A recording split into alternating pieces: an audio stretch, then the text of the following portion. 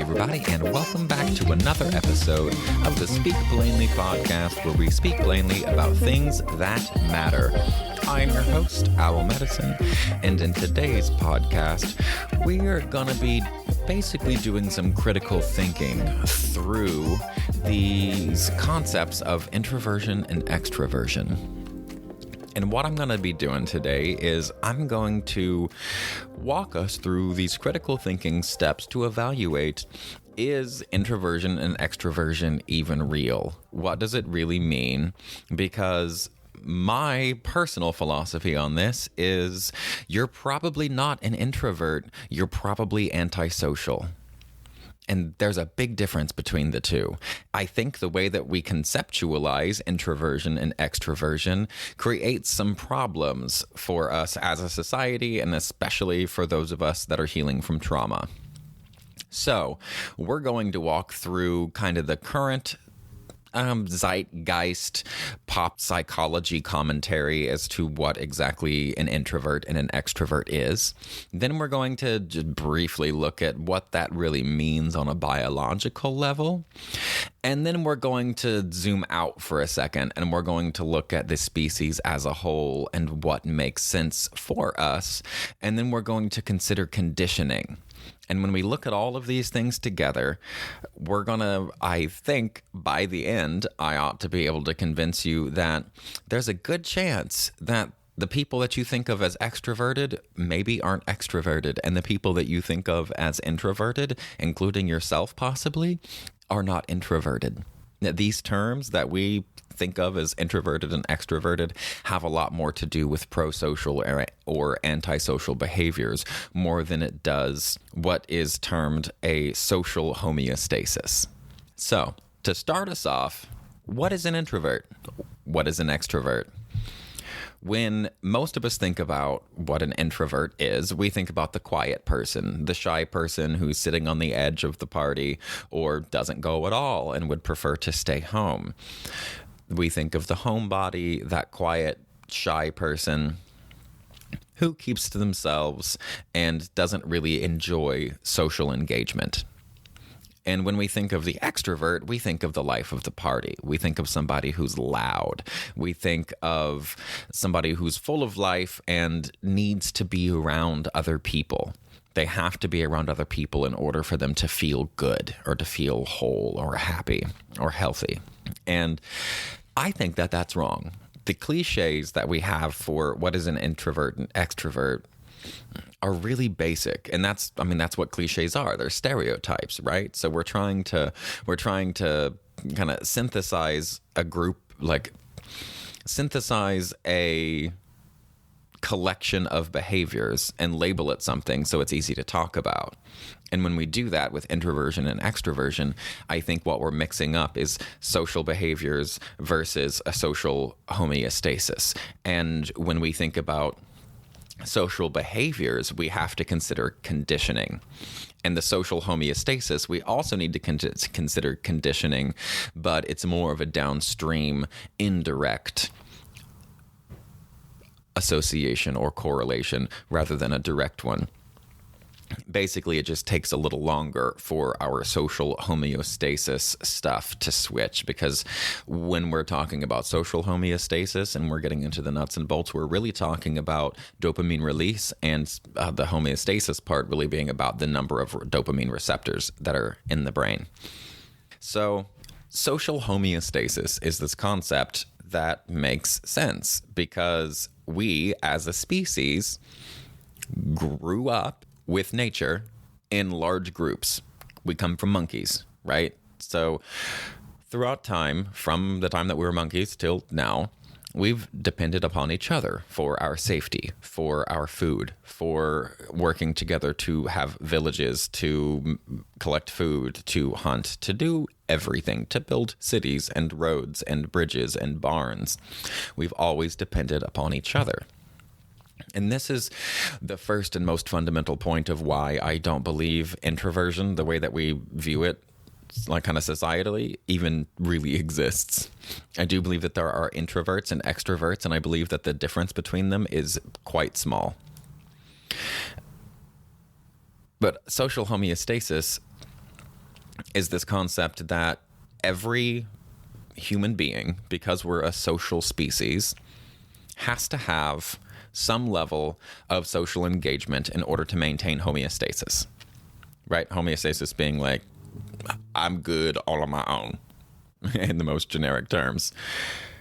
And that homeostasis comes from having co-evolved with nature and working together through our co-evolution, and that's how we found security and advancement as a species. But that homeostasis can change over time, and it changes through conditioning. And what actually changes when you look at this over time is, like I said before, the dopamine dump from dopamine neurons, from dopaminergic neurons, and the number of receptors for said dopamine near those neurons. And specifically, that dopamine in the social bonding circuits of the brain, because there is actually just one basic social bonding circuit that encompasses all of the bonding that a human being can do, which is a little weird, but makes sense. The body is super conservative that way and super efficient with its uses. So why have more than one circuit if it's so fundamental? But we only have one circuit to cover the bonding that happens between like mother and infant, or sex partners, or friendships.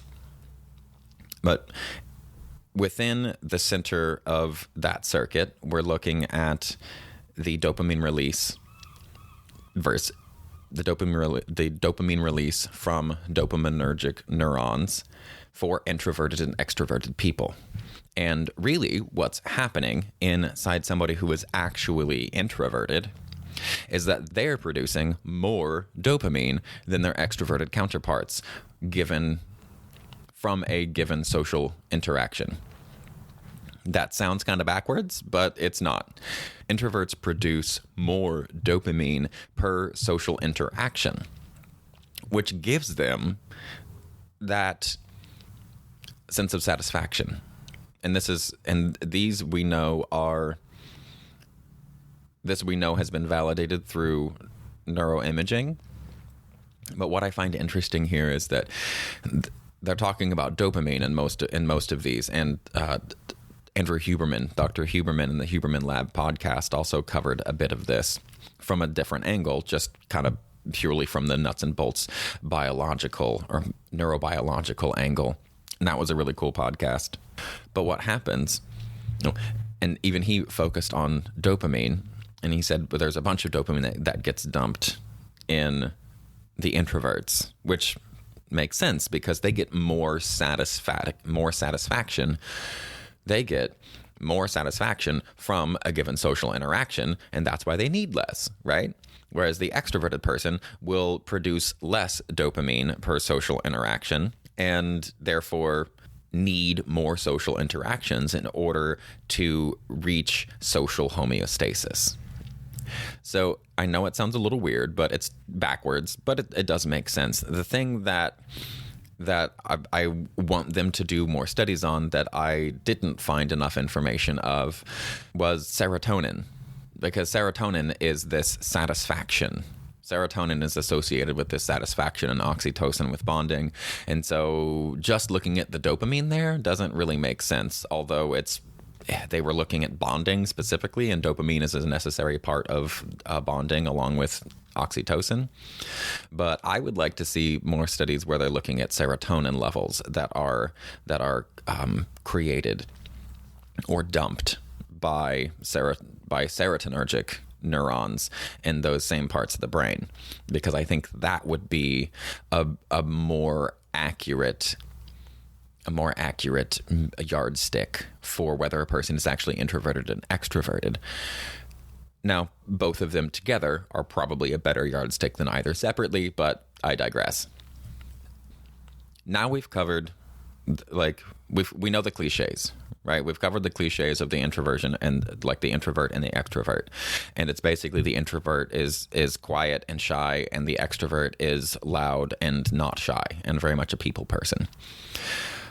But there's something really important to understand here, that extroverts are not always loud. Not every person that you see talking at a social engagement is an extrovert. They might be an introvert who's really good at communication, or somebody who talks for a living. And so they're good at that. They're good at socializing and talking and running around.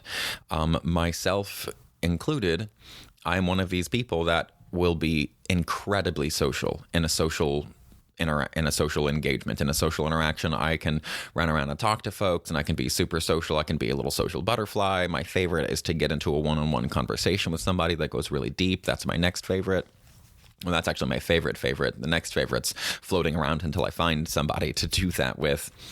But after that social engagement, I am done. My ability to talk, my desire to talk or to be around people is gone. It is utterly kaput. I'm exhausted after talking to so many people for so long. And that's part of why I think we're really getting this whole introvert and extrovert thing wrong. Just because a person is talkative or loud does not mean that they're an extrovert. They could be a painfully shy person who has gone through some trauma that makes them want and need to reach out to find some kind of bond with somebody else. And that seeking for that bond, if their trauma is strong enough, that seeking for that bond can overwhelm absolutely every other part of their biology and personality and cause them to run out. And although they actually don't want to be around people, they're doing what I call the smash and grab, where somebody tells a story and you smash and grab everybody's attention. You smash by telling some trauma story that nobody was ready for, that maybe wasn't appropriate for the time, but it made sense to you, and you slammed it out into the middle of the conversation so you can grab some attention. Right. And that's a very talkative person. And we all know that person. They're usually young, right? In their late teens and early 20s and whatnot. And I've been that person. But that does not mean that that person is extroverted. It just means that that person was talkative that day. So it's, I think, important to understand that extroversion does not mean talkative in the same way that quiet does not mean introverted. You can have a very extroverted person who was made to feel some type of way about the way that they communicate, or maybe they had a speech impediment at some point, or any number of things that can affect our conditioning over time.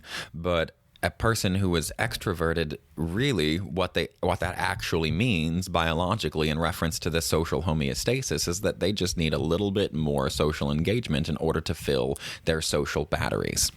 Right? Like, we all have these social batteries that help us to feel safe and secure, because that's what biologically kept us safe and secure for millennia.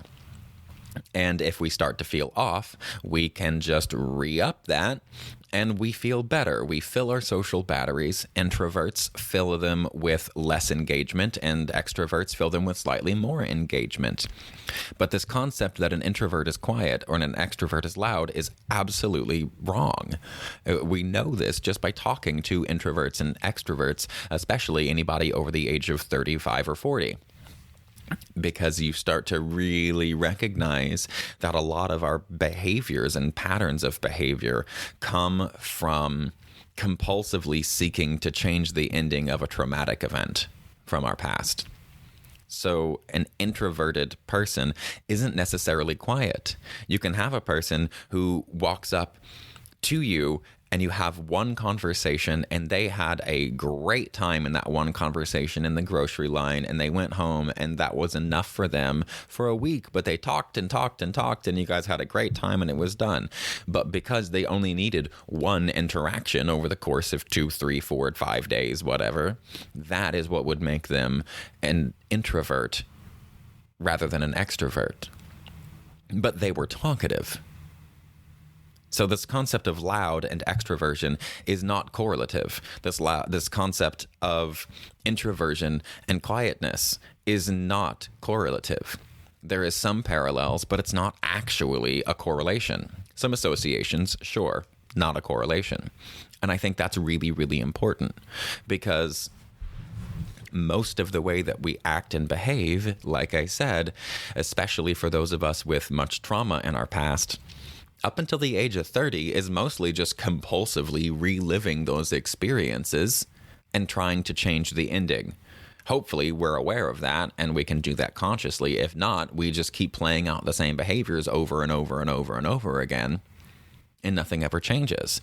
And that's where you get the kind of cliches of the loud person. But really, I think what we consider to be an extrovert is not actually an extrovert. I think it's somebody who is pro-social. And most importantly, I think that people who consider themselves to be introverts are not actually introverts. You're antisocial.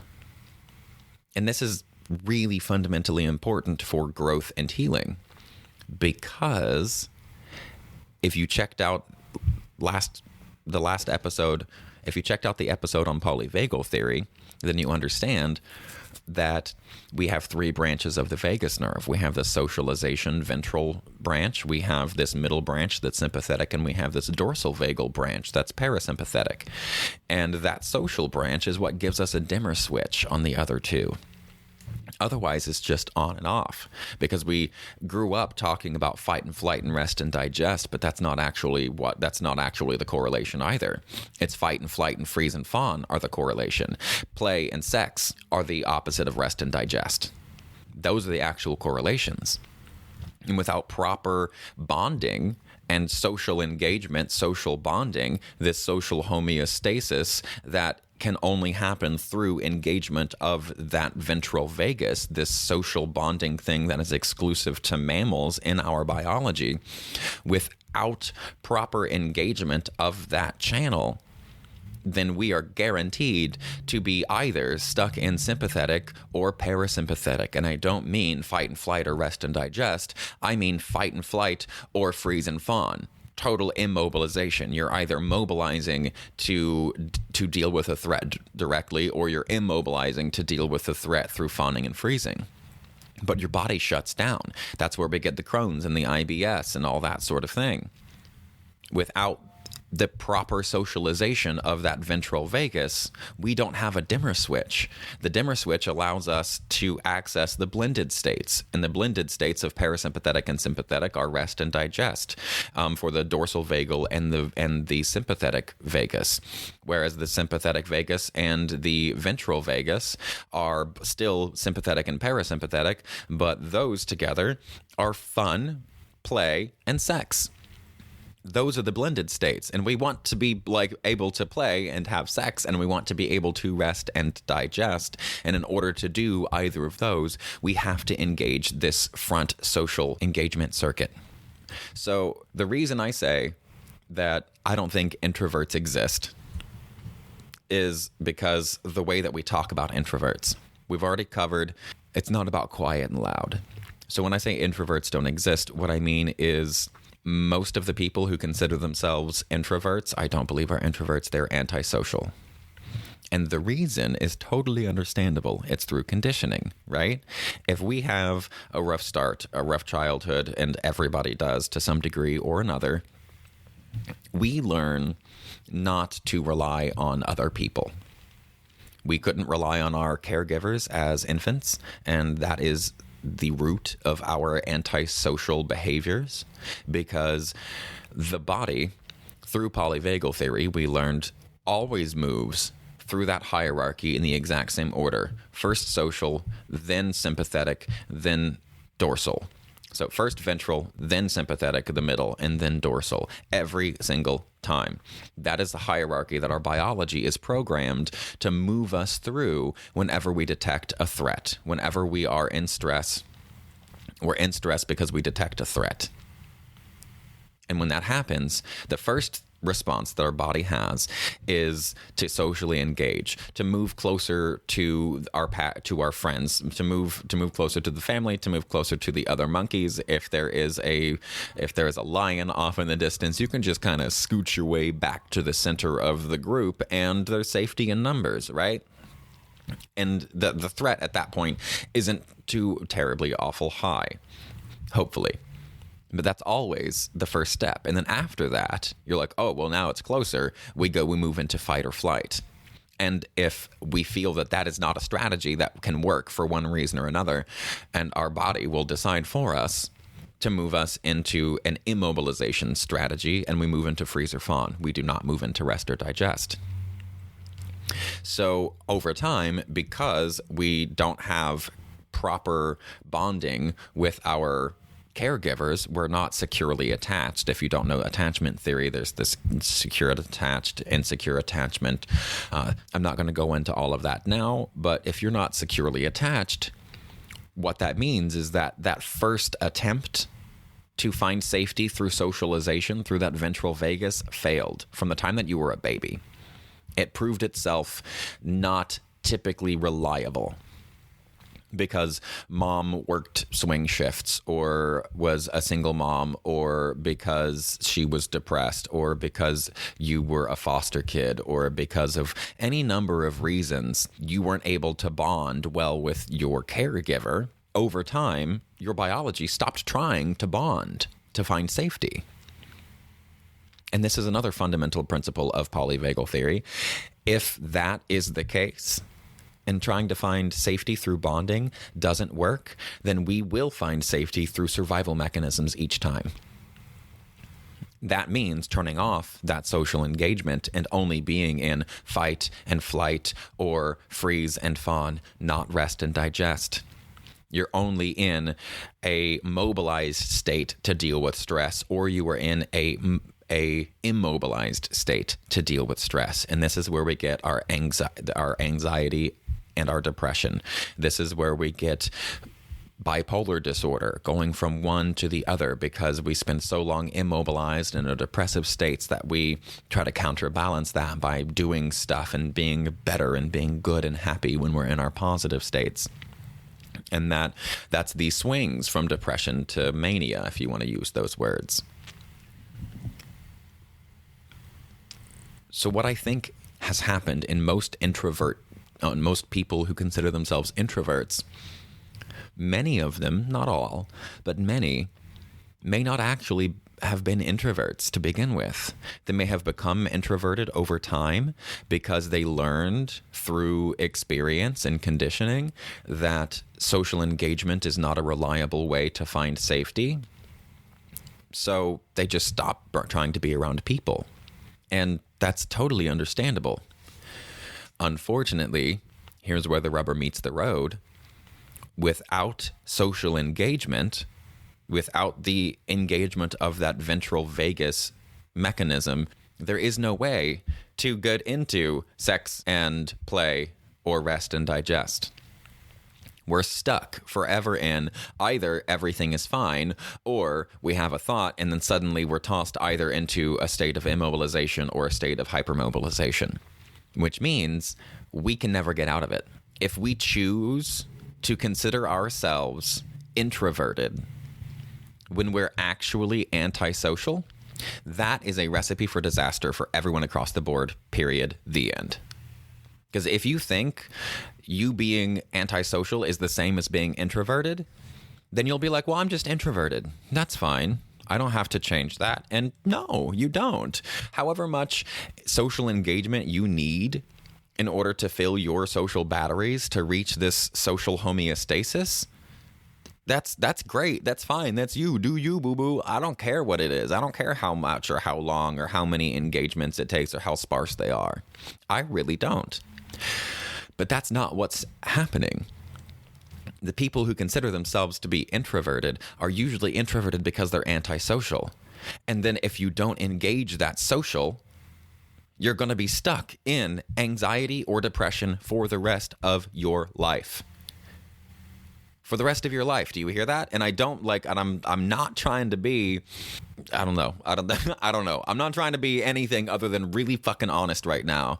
And to point out, I'm a really big fan of understanding what is happening in my biology that underpins my behavior. And I've become this way because of my own trauma. But it's been a very powerful tool because it's helped me to go, oh, I behave this way because these are my options biologically. Understanding the anatomy, the neuroanatomy, the whatever part of the anatomy that's appropriate for the thing I'm looking at. Polyvagal shows us that it is undeniable that without proper socialization and social bonding and the ability to find safety through socialization, even if it's just with one person, a partner or whatever, you have to be able to engage with that. And one person is not enough, which is why people who are traumatized and date other traumatized people fuck everything up, because we're finally safe with one person and then we want to share everything with that one person. But then all of our crap is dumped on one person. And that's not fair. It's not going to work out well because they're also traumatized and they're also trying to bond, but everybody's sharing their trauma all of the time. We wind up, things are good for a little while, but then we'll wind up again either hyper or hypo mobilized. We've got to get this concept out into the zeitgeist for people to be talking about, because there's nothing wrong with being introverted or extroverted. I've got some good friends that are quite introverted. I think I'm kind of right in the middle. I might be a teensy bit more extroverted than introverted, but I don't think it's actually extroverted because I don't need that much social engagement to feel okay, but I need quality social engagement because in order for me to feel okay, I have to regularly touch base with the fundamental principles of the universe and why things are the way they are and that sort of thing, because for me, being privy to the depths of life makes the pains of life worth living. So I do need a good chunk of social interaction, but I think that social interaction that I need is more predicated on that part of me more than it is my social homeostasis, because I could get that, and do get that by studying, by watching YouTube videos or listening to podcasts. I can get that without it really being that social. And I can have that feeling satiated within me. But I think we have to be really careful when it comes to introversion specifically, because we have to be able to understand that we don't have a choice. Our biology functions the way that it functions because there are millions of years of evidence alive in our DNA, millions of years of information and memory that has kept our entire species alive for millions of years. And the overwhelming majority of it is based on being social. Like I said, that's how we built this world. We come from monkeys that live in social groups as well. So to think that a person can live their life without being social, or that they can be antisocial and call it introversion and sweep it all under the rug and then suffer with mental health. Ouch, man. So if you know somebody who is an introvert, who considers themselves to be an introvert, but you also notice that they're not just introverted or they're a bit antisocial, they don't like being around people, chances are they've got a long list of good ass reasons that they don't trust anybody.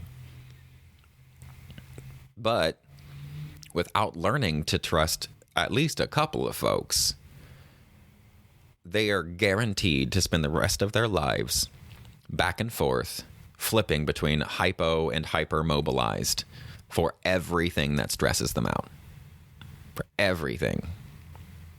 So, if that's you, or if that's a close friend of yours, please think about this.